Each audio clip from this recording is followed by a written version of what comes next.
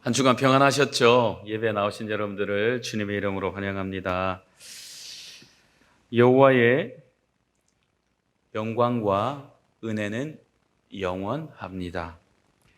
깊이를 알 수 없을 정도의 깊음으로 내려갈지라도 그곳에서 하나님의 영광과 은혜의 빛은 그곳에도 여전히 비추시며 이 땅 끝에서 저 땅 끝으로 간다 할지라도 미치지 못하심이 없는 것이 하나님의 영광과 은혜입니다.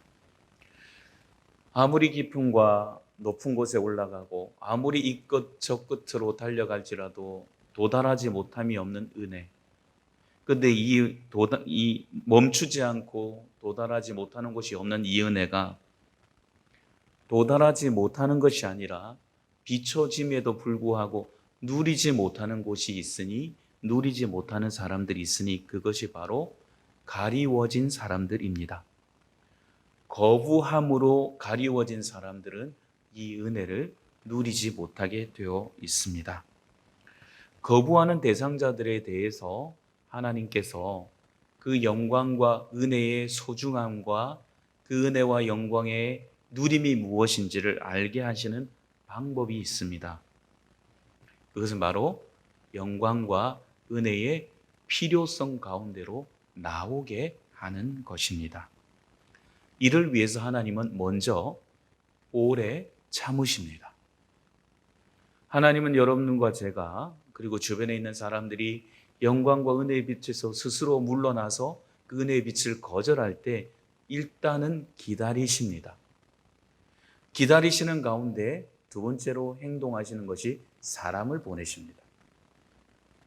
선지자를 보내거나 목회자를 보내거나 주변에 많은 믿음의 사람들을 보내서 또 권면해서 하나님의 품으로 돌아올 수 있도록 그 영광을 누릴 수 있도록 하나님께서 선하고 좋은 방법으로 사람을 보내서 안내하십니다.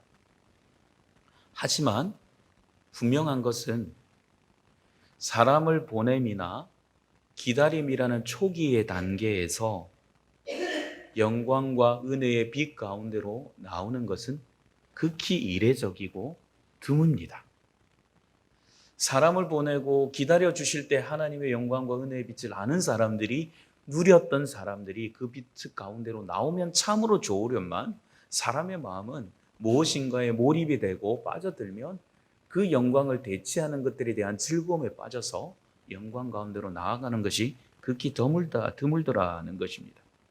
그래서 전능하신 하나님, 판단과 계획과 그 모든 곳에서 오류가 없으신 하나님께서는 강제적인 돌파를 통해서 그들에게 은혜를 비추십니다. 여러분, 제가 햇빛을 꼭 받아야 되는데 우산이 가려졌습니다. 그러면 뭘 하면 될까요? 우산이 제거되어야 되겠죠. 그러니까 근데 제가 뭔가 헷가닥 해가지고 반드시 우산이 제거가 되어야 되는데 제거를 하지 않으려고 하면 저를 아끼는 사랑하는 사람들은 제게서 무엇을 하겠습니까?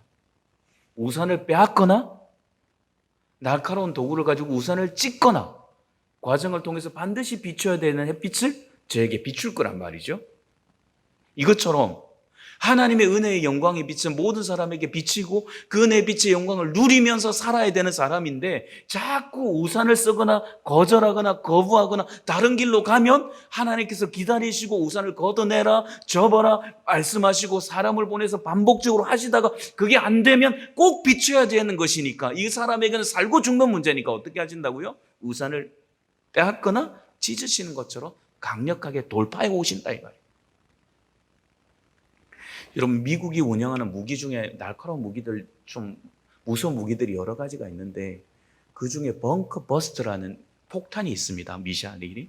그게 뭐냐면 옛날에는 지하 벙커나 지하 터널 같은데 군인들이나 아니면 무기를 숨기면 지하 갱도에 들어가면 어지간해서 폭탄을 쏟아 부어도 전혀 피해를 데미지를 입히지 못하는 거예요. 그래서 미국이 개발한 게 뭐냐면 너무나 초음속으로 강력한 속도를 가지고 지하에 수십 미터, 수백 미터까지 뚫고 들어가서 그 안에서 터져버리는 거예요. 그래서 그 안에서 숨어있던 모든 무기와 적군들을 사살하는 거예요. 그것처럼 하는 벙커 버스터처럼 우리가 너무나 마음을 꽉 움켜쥐고 하나님으로부터 거절하고 거부하고 은혜가 계속해서 그에게 비춰줘야 됨에도 불구하고 거절할 때는 벙커 버스터 같이 하나님께서 강력하게 임팩트 있게 치고 들어오셔서 그걸 강제 개방시킨다는 거죠. 하나님의 손에 들려진 고난이라는 도구에 의해서 강제로 돌파당한 사람들은 탕자의 고백처럼 지옥 열매를 씹으면서 이렇게 합니다. 내가 원래 이 지옥 열매, 돼지가 먹는 지옥 열매를 씹고 살 사람이 아닌데 내가 왜 여기서 이렇게 고생하면서 지옥 열매를 씹어 먹고 있는가? 라고 말하면서 그는 이렇게 고백했습니다. 나를 사랑하시는 아버지께로 돌아가자. 나를 사랑하시는 아버지께로 돌아가면 그분의 품 안에 좋은 것이 얼마나 많은데 내가 여기서 고생하고 있단 말이냐? 돌아가자라고 말하는 것처럼 강력한 임팩트 있는 하나님의 벙커 버스터 같은 하나님의 치밀하신 공격이 임하면 그 속에서 우리 스스로는 고백하기를 하나님이여 나에게 은혜를 주옵소서. 하나님 내게 은혜를 주옵소서 라고 고백하며 그분 앞으로 돌아올 수밖에 없는 상황이 된다는 것이죠. 자, 여러분, 오늘 본문에 보니까 여러분 성경을 보면 가끔씩 헷갈리는 게 있죠.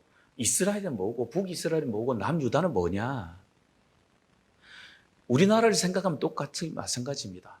일제에게 우리나라가 침범당하기 전에 우리나라는 어떤 국호를 가지고 있었습니까? 조선이었습니다. 조선은 한 나라였죠?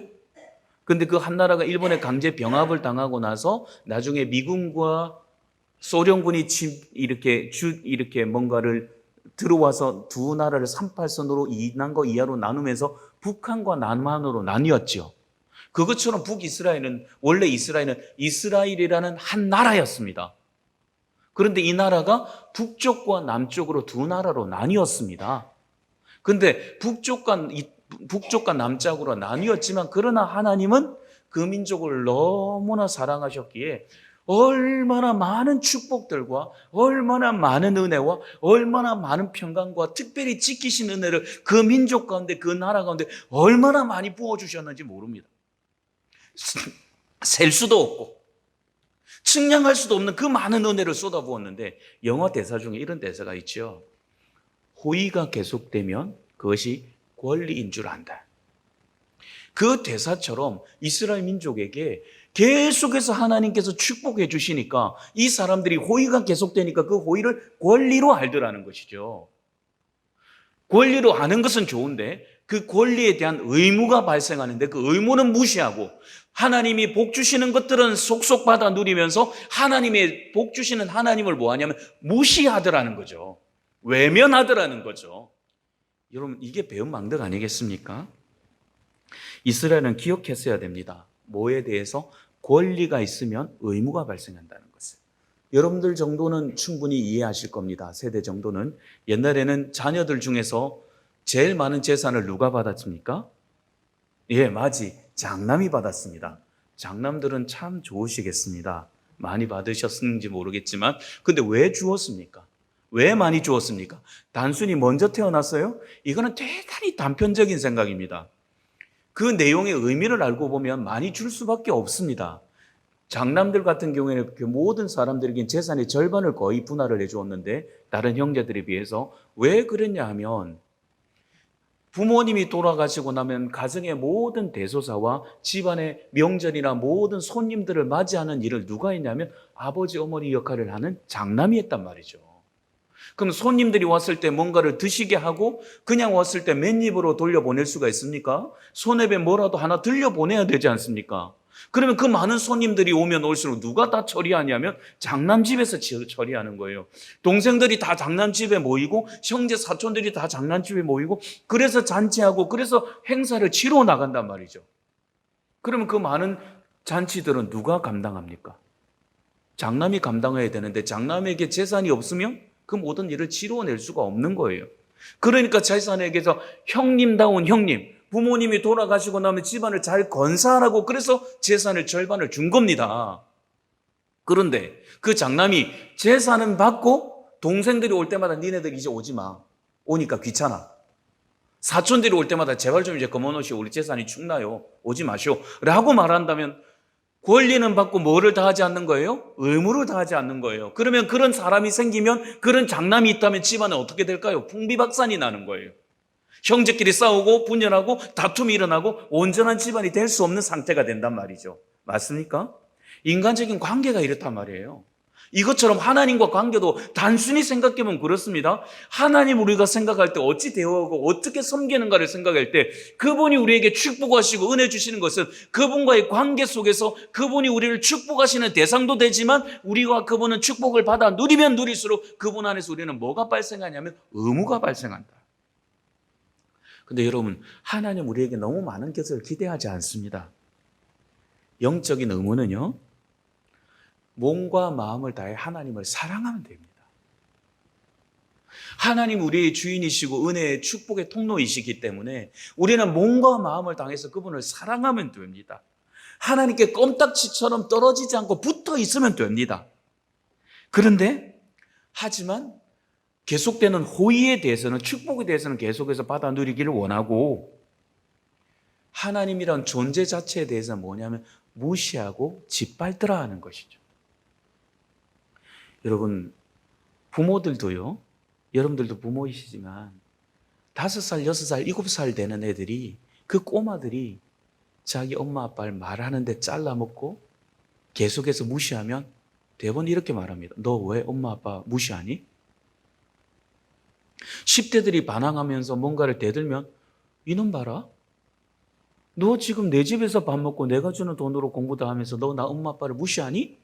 라고 대번 말하지 않습니까? 자, 그러면 하나님이 진리의 말씀을 통해서 우리에게 그 정도 말씀하실 권한이 있지 않습니까? 우리를 이 땅에서 존재케 하시고 이 땅에서 우리를 생존하게 하시고 그 속에서 은혜 주시고 축복하시면서 우리에게 모든 것을 다 주시는데, 너 왜 자꾸 나를 향해서 너무 멀리 가려고 하니? 너 나에게 돌아와야 되지 않니? 너에게 모든 것을 주었는데, 특별히 너가 모든 것을 나를 무시해도 좋은데 하나님을 유일하게 우리가 무시하지 말아야 되는, 마지막으로 무시하지 말아야 될 이유가 있습니다. 그건 뭐냐면 하나님이 우리를 위해서 자신의 사랑하는 아들을 살찌고 피 흘려서 우리를 구원하셨잖아요. 생명을 주셨잖아요. 그거 무시하면 안 됩니다. 하나님 다른 거는 다 참아도 그거는 못 참으세요. 하나님이 자기를 향한 엄청난 사랑 중에서 아들을 죽이신 그 사랑을 무시하면, 그 사랑받고 그 구원받고 니네들이 나를 무시해? 그러면 안 돼. 너희들이 아버지니까 내가 참을 수 있고 인내할 수 있고 용서할 수 있는데, 내 아들을 그 십자가에서 갈기갈기 지켜 죽는데도 외면하고 고통을 참으면서까지 너희를 구원했던 그 사랑, 너희 적어도 무시하면 안 돼. 짓밟으면 안 돼. 이게 하나님의 사랑에 인내하시는 마지막 마지노선이에요. 그걸 누가 짓밟았다? 유다가 짓밟았다. 여러분, 1장 2절과 3절을 보면 그들이 그 얼마나 배은망덕했는지 이렇게 말씀합니다. 읽어볼까요?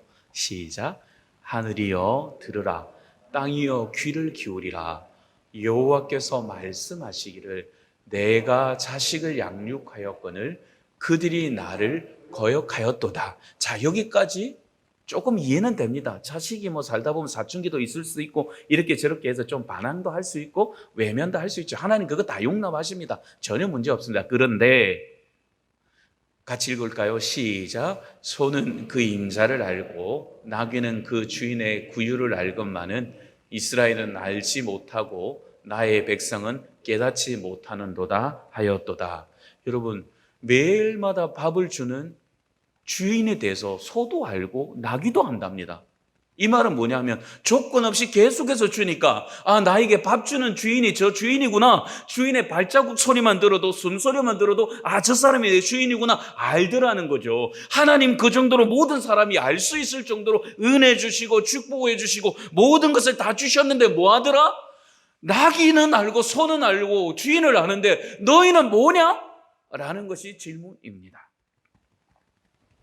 그래서 하나님은 하나님을 알려고도 하지 않고 깨달아야 됨에도 불구하고 깨달으려고 하지 않는 사람들에게 알게 하시고 깨닫게 하기 위해서 벙크버스트와 같이 하나님께서 강력한 하나님의 한 방을 준비하신 것이죠. 여러분, 그런데 여기서 한번 우리가 자세히 하나님을 오해하지 말아야 되는 것이 있습니다. 하나님께서 침투하셔서 우리를 바꾸시고 우리에게 은혜를 주실 때 말이죠, 우리는 자칫 잘못하면 하나님이 우리를 향해서 분노하셨다라고 생각하는데, 하나님은 우리와 다른 분입니다. 격이 달라요. 결이 달라요. 그분의 분노는 우리의 감정과 다릅니다. 우리 중에서 성격이 급한 사람들은 화를 내고 소리를 지르면서 폭력을 행사하는 사람도 있지만, 하나님은 그렇지 않습니다. 하나님은 사랑과 공의의 균형 잡히신 분입니다. 절대 적극적인 감정에 의해서 폭도와 같이 성격 급한 사람같이 행동하시는 분이 아니십니다. 그분은 철저히 계획하시고 철저히 사랑 안에서 그 사람이 감당할 수 있는 총량을 달아보시고 그 총량만큼 그들에게 허락하십니다. 왜냐하면 하나님이 우리에게 돌파하시는 이유는 망하게 하시기 위함이 아니라 회복시키고 돌이키기 위함이 목적이기 때문에 결단코 그를 함부로 대하지 않으십니다. 그래서 하나님께로 돌아올 수 있도록 하나님은 그 기회를 제공하시는 것입니다. 오늘 본문을 보니까 이사야를 통해서 하나님이 말씀하십니다. 이사야라는 사람은 성경에 보면 야나 엘이 붙은 사람은 왕족입니다. 왕족이나 제사장의 지파의 사람들이 뒤에 끝에 엘이나 야가 붙습니다. 히브리어에 보면. 그러면 이사야이니까 이 사람은 적어도 왕족이겠죠? 근데 왕의 5천 조카 정도가 됩니다. 근데 이 사람의 직업이 서기관이었습니다. 왕궁의 일기를 기록하는 직업을 가지고 있었는데요, 이 사람에게 어느 날 하나님이 말씀하셨습니다. 너는 가서 유대 민족에게 내 뜻을 전해라. 근데 하나님, 여러분 보십시오. 대개 하나님은 얼마나 우리를 사랑하시는지, 내가 너희를 왜 이렇게 할 수밖에 없는지를 설명하시고 이렇게 하겠다라고 말씀하시고 그 말씀을 통해서 하시는 이유를 설명하십니다. 지금 미리 말씀하시고 시작하는 거예요. 왜 그럴까요? 하나님이 말씀하시고 그대로 시작하지 않으면 사람들은 그것이 하나님의 뜻 안에 있는지 과정 안에 있는지를 알지를 못합니다. 그러니까 그 징계조차도, 그 고난조차도 그냥 인생이 당연히 당하는 고난이 아니라 이것은 하나님께서 허락하시는 분명한 이유가 있는 고난임을 설명하시고 깨닫게 하심으로 그들에게 그 고난이 하나님의 것이므로 이제는 돌아가야 되겠다라고 알게 하시기 위해서 그 고난을 이사야를 통해서 주시겠다고 말씀하시는 것입니다. 자, 여러분, 그런데 거듭 말씀드리지만 하나님이 주시는 고난은 회복을 위한 고난입니다. 하나님은, 여러분 저를 한번 보시죠. 되게 죄송스러운 말씀 드릴게요. 하나님은 저와 여러분들에게 고난을 주십니다. 그분은 고난을 주신 분입니다. 고난을 주시는 분입니다. 되게 싫죠? 되게 부담스럽죠? 저도 그렇습니다. 하지만 이거 기억하셔야 됩니다. 하나님은 원래 우리에게 고난을 주시는 분이 아니십니다. 고난을 주시기를 원하지 않는 분입니다. 그런데 그 고난을 불러들이는 이가 누구냐면 사람이란 말이죠. 원래 하나님은 절대 우리에게 고난을 허락하시거나 고난을 주려고 계획하신 적도 없고 목표하신 적도 없습니다. 하나님은 우리가 정말 사랑받고 은혜 누리고 축복받기를 원합니다. 그런데 우리의 행위와 우리의 삶과 하나님을 떠남과 하나님을 부인함과 하나님을 멸시함과 하나님의 무시함이, 그것이 우리를 향해서 고난으로 나아갈 수밖에 없도록 우리를 자꾸 인도하더라는 거죠. 그럼 여기서 문제가 뭐죠? 고난을 불러들이는 인간이 문제이니까 고난을 불러들이는 요소를 우리가 행하지 않거나 돌이키면 되지 않겠습니까? 그게 문제의 근원 해결 아니겠습니까? 여러분, 잠언 13장 24절을 보시죠. 요즘 부모들 요거 잘 못하시죠? 잠언 13장 24절 같이 읽습니다. 시작. 초다를 참아 못하는 자는 그 자식을 미워함이라. 자식을 사랑하는 자는 근실이 징계하느니라. 이런 초다리는 뭐냐면 회초리입니다. 회초리. 회초리를 잘 때리지 못하는 사람, 뭐 하는 사람? 자식을 미워하는 사람. 근데 다 큰 자식들 오늘 이 말씀 듣고 나서 너 이리 와, 종아리거든 이러면 곤란합니다. 너무 심각해서 웃자고 하는 말인데 또 이것까지도 심각해 주시면, 예. 자, 이제 잠깐 아이스 브레이크를 했고요. 여러분 보세요. 자녀가 날마다 매운 소굴에 들어가거나, 자녀가 날마다 강도짓을 하거나, 자녀가 날마다 사기를 치거나, 그러면 정상적인 부모는 등짝을 때리면서 이 녀석아 나이가 많든 적든 그러면 안 돼. 사람이라면 그러면 안 되지. 내가 너를 그렇게 키우지 않았어 라고 야단쳐야 정상 아닙니까? 그런데 그걸 보고 너 살고 싶은 대로 살아 라고 말하면 그 부모는 자식을 미워하는 것과 똑같다고 성경은 말하고 있단 말이죠. 그러므로 하나님이 저와 여러분들에게 고난이란 도구와 여러 가지 돌파하시는 강력한 수단을 통해서 돌아올 수 있도록, 그가 바른 길에 들어설 수 있도록 하나님은 이끌어 가신다는 것이죠. 그러나 분명한 것은 하나님의 초달은 우리를 때리기 위한 목적이 아니라 회복의 목적이 있다는 사실을 결단코 우리는 놓치거나 의심해서는 안 됩니다. 자, 그런데 그 방식이 뭐냐면 제가 설명을 드릴게요. 이스라엘은 북쪽 이스라엘과 남유다가 있다고 했죠. 근데 북쪽 이스라엘은 우리와 똑같습니다. 북한은 지금 어느 나라와 국경을 맞대고 있습니까? 중국과 러시아와 국경을 맞대고 있습니다. 그러면 만약에 중국과 전쟁이 일어난다면 1차적으로 중국과 제일 먼저 접전을 벌이는 나라는 남한입니까? 북한입니까? 북한이죠. 그것처럼 북이스라엘은 북쪽에 있었습니다. 근데 북쪽 위에 제일 강력한 나라가 뭐냐면 지난 시간에 우리가 잠깐 말씀 시간에 공부했던 것처럼 아수르란 나라가 있었는데 이 사람들이 세계사에서 제일 잔인무도한 거예요. 근데 이 사람들이 세력을 확장시키면서 북이스라엘을 정복했습니다. 근데 북쪽에 나라가 있으면서 방패막이의 역할을 해줬는데 주전 722년에 이 아수르에 의해서 북쪽 이스라엘이 완전히 망한 거예요. 그러니까 방어막이 제거가 되니까 제일 그 다음에 공격 대상이 누굽니까? 남쪽의 유다인 거예요. 북쪽 이스라엘이 남유다보다 군사력이 훨씬 강했는데 망했으니까 남유다가 망하는 건 시가 문제 아니겠습니까? 그래서 하나님 말씀하셨죠. 분명히 아수르가 너희를 쳐들어 내려올 거다. 이게 지금 이사야의 예언입니다. 그래서 너희가 엄청나게 힘들 거다. 많은 사람들이 죽고 다칠 거다. 많은 재산이 황폐화될 거다. 많은 농토가 전답이 무너질 거다. 라고 해놓고 하나님 주시는 말씀이 그게 너희의 끝이 아니야. 이사야 10장 24절 25절입니다. 하나님 말씀입니다. 주 만군의 여호와께서 이르시되 시온에 거주하는 내 백성들아 아수르가 애굽에 하는 것처럼 막대기로 너희를 때리며 몽둥이로 들어 너희를 칠지라도 그를 두려워하지 말라. 내가 오리지 아니하여 내게는 분을 그치고 그들은 내 진노로 멸하리라 하시도다. 무슨 말씀입니까? 아수르는 지금 뭡니까?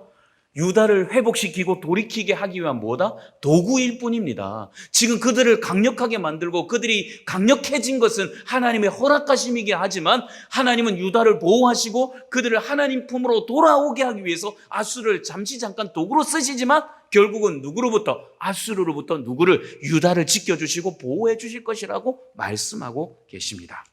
그게 바로 하나님의 선언입니다. 시편 30편 5절입니다. 그 노염은 잠깐이요 그 은총은 평생이로다. 저녁에는 울음이 기숙할지라도 아침에는 기쁨이 오리로다. 여러분, 성도 여러분, 여러분들과 제가 살아가면서 하나님으로부터 멀어지면 하나님의 사람은 이걸 피해갈 수가 없습니다. 굳이 제가 무엇을 피해갈 수 없는지를 말씀드리지 않겠습니다. 부담스러울 것이니까. 그러나 하나님은 그 모든 것을 허락하시지만 그 허락은 하나님의 사랑의 전제가 있고 그 사랑의 전제는 그를 망하게 하거나 그를 괴롭히거나 아프게 하거나 상처를 주는 목적이 아니라 하나님께서 그를 불러서 회복시키려고 하는 궁극적인 목적이 있음을 우리는 먼저 깊이 인식하고 나가야 됩니다. 그리고 나서 하나님 말씀하셨습니다. 하나님은 아니하시오며. 오늘 본문의 1절이죠. 하나님은 아니하십니다. 유다민족을 아니하십니다. 이는 보살펴 보호하신다는 말씀이죠. 하나님 원래 유다민족을 보호하시고 살피시고 안아주시고 끌어주시고 그들을 지켜주시는 하나님입니다. 그런데 왜 그들이 안위를 받지 못했을까요? 하나님부터 멀어졌으니까. 그럼에도 불구하고 여전히 그들에게는 하나님 은혜가 흘러가고 있습니다. 여러분, 여기서 우리가 한번 생각해 보십시오. 유다가 언제 제일 안위를 하나님께 받았는 줄 아십니까? 유다 민족이 제일 약할 때, 외톨이가 되었을 때, 외로울 때 하나님이 그의 친구가 되어주시고 보호자가 되어주시고, 하나님만 의지하고 다른 민족 의지하지 않으니까 하나님이 얘네들은 내가 보호해 주지 않으면 안 돼 라고 유다를 철저히 살펴주시고 철저히 보호해 주셨습니다. 어떤 강한 민족이 와도 유다는 껐떡도 없었습니다. 근데 이 사람들이 살짝 눈을 돌려가지고 하나님 아닌 애굽을 의지하고, 하나님 아닌 바벨론을 의지하고, 하나님 아닌 페르시아를 의지하고 로마를 의지할 때 하나님은 그 방어막을 싹 걷어버립니다. 그러면 그 이전에 강한 민족보다 더 약한 민족이 와서 공격을 하더라도 와르르 무너지더라 하는 것이죠. 성도들은 교훈을 얻어야 됩니다. 우리가 강하려고 우리에게 격결히 쌓아놓은 많은 방어막들이 내가 쳐놓은 방어막이면 그 방어막 가지고 여러분들의 인생을, 자녀를 지킬 수 없습니다. 하나님께서 지켜주셔야 유지, 존속됩니다. 우리가 하나님 말고는, 하나님 외에는 다른 방법이 없다고 그분 앞에 나아가 울면 하나님이 우리의 보호자가 되어주십니다. 내가 나를 보호할 수 있다고 어깨를 펴는 순간 하나님의 보호막이 딱 걷어짐으로 우리의 삶은 고단하고 지난할 수밖에 없습니다. 이 사실을 다시 한번 우리는 자각해야 합니다. 2절을 보십시오. 고통의 몸부림을 쳤습니다. 여러분, 이게 되게 놀라운 게요, 지금 이사야 12장 1절과 2절은 이루어진 일입니까? 이루어질 일입니까? 이루어질 일인데 이루어진 것처럼 표현하고 있습니다. 지금 이거는 먼 미래의 일입니다. 지금 고난조차도, 심지어 본격적인 고난도 당하지 않았습니다. 본격적인 고난도 당하지 않은 상황 속에서 성경 히브리어의 표현은 뭐냐면, 시제는 뭐냐면 이미 너희는 구원받았다라고 나가고 있는 거예요. 그러니까 얼마나 하나님이 이들을 사랑하시고 불쌍히 여기시고 징계하는 게 목적이 아닌 것을 여실히 알 수 있지 않습니까? 하나님 마음이 되게 급하신 분 것처럼 미리 때리고 미리 회복시켜 주실 것을 미리 말씀하시면서 마치 회복받은 것처럼 말씀하시는 거예요. 그러면서 선언이 뭐냐면, 보라, 하나님은 나의 구원이시라. 내가 신뢰하고 두려움이 없으리니 주 여호와는 나의 힘이시며 나의 노래시며 나의 구원이심이라. 근데 여러분, 이 고백이 언제 나왔습니까? 지금. 그런데 이 고백이 진실한 게 아니에요. 이게 참 우리 묘해요, 우리. 저희와 여러분들 참 묘한 게 뭐냐면, 그냥 하나님이 은혜 주실 때 좋아서, 보라, 하나님은 나의 구원이시다. 내가 신뢰하고 두려움이 없으니 주 여호와는 나의 힘이시다. 이 고백을 평소에 딱 진심으로 하면 좋은데, 이상하게 이 사람들이 언제 이 진심의 고백으로 돌아왔냐면, 아수르한테 주어 터지고 너무너무 괴롭고 힘겨우니까, 하나님, 나 이러다 죽겠습니다. 좀 불쌍히 여겨주시면 안 될까요? 하나님, 난 너무 인생이 괴로운데요? 너무 힘겨운데요? 나 이러다 죽을 것 같아요, 하나님. 하나님, 제발 불쌍히 여겨주시면 안 될까요? 제가 하나님 떠났던 거 죄송합니다. 하나님, 한 번만 긍휼히 여겨주십시오. 요 고백하면서 터져나오는 게 뭐냐면, 보라, 하나님은 나의 구원이시다. 이 고백이 터지기 전에 자기들이 감당할 수 없는 새까만 아수르의 군대가 18만 5천 명이 쳐들어왔습니다. 저 멀리서 봐도 군대가 새까매요. 이거 어떡하지? 자기의 군사력으로는 이길 수가 없는 거예요. 근데 자고 일어나 보니까 하나님이 하루아침에 당신의 강력한 권세로 18만 5천 명을 다 죽여버렸습니다. 눈 떠보니 시체가 즐비한 거예요. 그 강력한 군대가 하나님의 능하신 손 안에서 홍해가 갈라지듯이 한꺼번에 다 멸절되었습니다. 그걸 보면서, 이야, 하나님 살아계시구나. 이야, 우리 하나님 정말 위대하시구나. 그 위대하신 하나님을 내가 경홀히 여겼구나, 만홀히 여겼구나. 우와, 하나님 진짜 유다의 하나님이네. 약속하신 대로 이루어 주시네. 할렐루야, 하나님은 정말 나의 하나님입니다. 고난을 통해서 그때서 그냥 아무렇게나 알았던 하나님, 그냥 표면적으로 알았던 하나님, 이해하지 못했던 하나님, 그래서 질병에 걸려서 질병을 고치시는 하나님, 난제를 만났을 때 난제를 해결하시는 하나님, 그 하나님을 만나고서야 고백하는 게 뭐냐면, 보라, 하나님은 나의 하나님이시다 라고 실제로 고백하게 되더라는 것이죠. 여러분, 성도가 언제 힘이 있는 줄 아십니까? 하나님 의지할 때, 하나님 붙잡을 때. 하나님 떠난 사람이요, 활이라는 똑같은 무기가 있지만 여름에 악교풀이, 뜨거운 기온이 올라가면 악교풀이 녹아서 활을 잡아 당겨봤자 반발력이 없어서 멀리 가지 못해요. 활은 분명히 존재합니다. 화살도 존재합니다. 그런데 뭐예요? 사용없어요. 나가지를 못해요. 이게 하나님 떠난 백성의 상태라는 거예요. 하나님이 그 안에 계시니까 그 사람은 여전히 신자이지만 하나님으로부터 멀어져 있으니까 팽팽하게 당기지 못한 실, 아무리 당겨도 활이 나가지 않는 거예요. 그런데 그 고난을 통해서 깨닫게 되면 겨울에 팽팽한 악교풀이 붙어버리는 것처럼 당기면 나가는 거예요. 강력한 무기가 되는 거예요. 하나님 의지하시면 여러분과 저는 살아납니다. 그러나 하나님으로부터 멀어지면 우리는 가장 약한 존재가 될 수밖에 없습니다. 여러분, 하나님 앞에 드리는 고백이 얼마나 멋집니까? 하나님은 나의 하나님이시다. 내가 신뢰하고 의지할 하나님이다 라고 고백하고 나서, 자, 맞을 말씀을 마무리해 보겠습니다.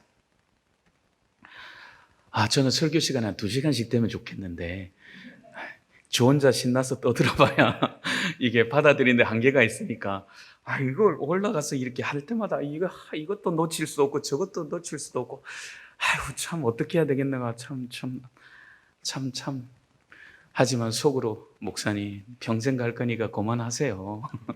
그만해도 우리가 됩니다 할 것 같아서, 자, 마무리를 제가 조금 요약을 해보겠습니다. 3절에 보니까 너희가 기쁨으로 구원의 우물들을 물에서 기르리로다. 여러분, 이게 얼마나 축복인지 모릅니다. 우물물을 시골에서 자라본 분들은 아시지만 동네 마을의 중간에 뭐가 있습니까? 우물이 있잖아요. 우물터에 가서 여인네들은 뭐 하십니까? 물만 길어요? 제일 많이 하는 거 있잖아요, 이거.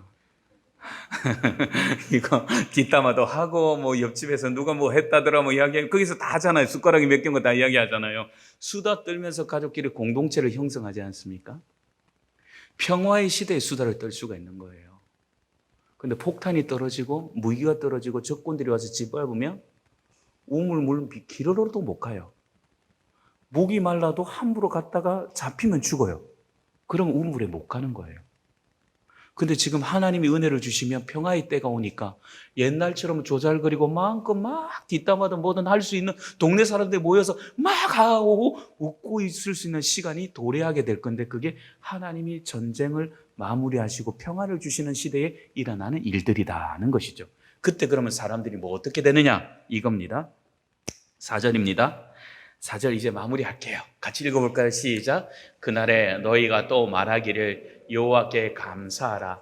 그의 이름을 부르며 그의 행하심을 만국 중에 선포하며 그의 이름을 높다 하리로다. 그리고 5절에서 여기에서 여호와를 찬송할 것은 극히 아름다운 일을 행하셨습니다. 온 땅에 알게 할지어다. 시온의 주문아 소리를 높이 부르라. 이스라엘의 거룩하신 이가 너희 중에 크심이라 할 것이라. 이게 무슨 말일까요? 여러분, 은혜가 있을 때는 제일 많이 입에서 말하는 게 대상이 누군지 아십니까? 하나님 이야기합니다. 신자들이 하나님 사랑하고 은혜가 있으면요, 입만 열었다면 하나님 은혜, 하나님 찬송, 노래만 나왔다 그러면 젊었을 때 늙어지면 못 노나니 젊어서 한 번이라도 더 놀자, 차차차, 이게 터져 나오는 게 아니라 저 높은 곳을 향하여 날마다 나아갑니다. 내 주님 만날 날이 가까우니까 내가 믿음 생활 잘해야지. 내 자녀들 앞에 믿음으로 잘 살아야지. 이 찬송하면서 가는데 날마다 차차차 부르고 돌아다닌단 말이죠. 관광지에서 버스 막 이거 하면서 교회 와서는 아무것도 안 하고 매일 주무시고 졸고 이러고 식사하시고 이상하게 관광버스만 올라탔다면 이게 되는 거예요. 신나요? 행복해요? 하지만 여러분, 이게 은혜가 있을 때는 그게 즐거운 것이 아니라 교회에 나와서 기도하고 하나님 앞에 울 때 영혼의 회복이 일어나요. 하나님 이야기해요. 근데 교회에서도 마찬가지예요. 교회가 뜨겁고 주님 사랑하면 재직회 모일 때마다, 여전도에 모일 때마다 찬송하고 막 그러면 또 우는 사람 있고 막 그러면 우는 사람 보면 또 막 소리도 못 질러. 그래 종이 은혜가 끝내놓고 회의도 막 아름답게 끝나는데 이게 은혜가 없고 혈기가 넘치면 전부 다 의장 이러고 삿대질하고 당신 나보고 뭐라 그랬어 이러고 막 이래요. 여기가 무슨 여의도입니까? 쫙 핏대를 올리고 악을 써요. 은혜가 없으면. 그리고 이방 민족들 앞에서 절대 예수님 이야기 안 합니다. 왜냐하면 자기가 예수 믿는 사람처럼 행동을 안 했으니까 자기도 부끄럽고 다른 사람이 내가 그 말을 해봐야 무시할 것을 자기가 아니까 하나님 이야기를 절대 하지 않습니다. 근데 역설이 일어났네요. 상황이 뒤바뀌었네요. 고난을 통해서 자기가 완전히 부서지고 오 하나님밖에 소망이 없습니다. 하나님 나 살려주세요. 하나님 살려주세요. 이러다가 딱 살려주시니까 오 주님 감사합니다 라고 이야기하면서 그때부터 뭔 이야기만 한다? 하나님 이야기만 하고 사람들 만났다면 하나님 자랑하고 하나님 찬송하고 찬송하는 데서 힘을 얻고 예배하는 데서 힘을 얻고 그 영혼이 살아나더라 하는 것이죠. 그래서 하나님 우리에게 가끔씩 고난을 통해서 흔들고 아수르 같은 강력한 통치력을 발휘하시면서 우리를 흔드시더라. 그러면 우리는 생각할 것은 그것은 우리를 망하는 게 아니라 회복시키기 위한 하나님의 은혜의 도구이다. 이 사실을 굳게 붙잡고 두 가지 기억하시죠. 하나님이 우리에게 돌파해 들어오실 수 있는 상황 우리가 만들지 맙시다. 왜 그 좋으신 하나님을 그 사랑이 많으시고 그 축복이 많으시고 그 은혜가 많으시고 뭔가 주시지 못해서 안달이 나서 우리를 위해서 독생자까지도 주신 그 좋으신 하나님을 왜 우리가 자꾸 그 하나님을 괴롭혀서 그 하나님을 왜 속상하게 해서 하나님은 은혜를 주셔야 우리가 은혜를 받아야 우리 영혼이 살고 우리 영혼이 회복되는데 왜 그 하나님을 자꾸 나쁜 하나님으로 몰아가도록 우리가 행동하는 겁니까? 그러지 맙시다.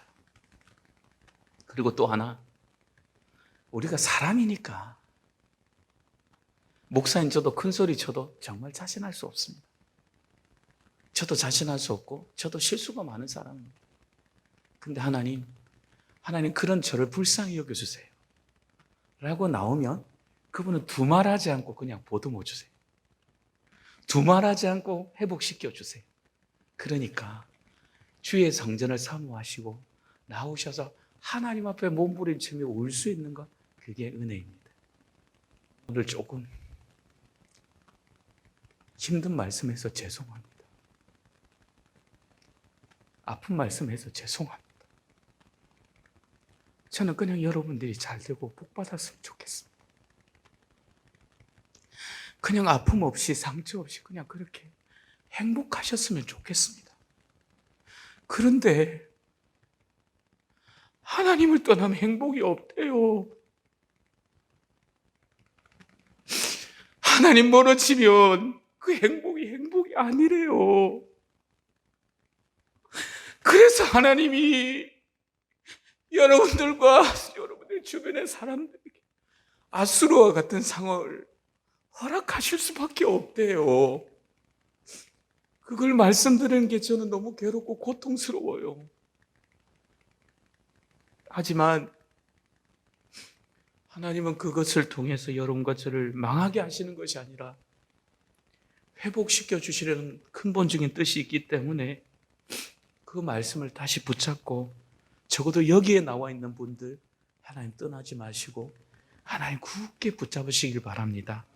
그러면 유다 민족에게 주셨던 복, 북이스라엘에게 주셨던 복, 넘치는 영육간의 축복, 그게 다 우리께 되는 거잖아요. 가경 좋은 것이 우리의 것이 되는데 왜 그걸 포기하고 굳이 고난의 길, 가시밭의 길을 맨발로 밟는 길을 선택하려 하십니까? 주님께로 돌아오십시오. 그러면 하나님 여러분을 싸매시고 보듬으시고 회복시켜 주실 것입니다. 그 은혜가 저와 여러분들에게 넘치게 되기를 간절히 소망하고 축복합니다.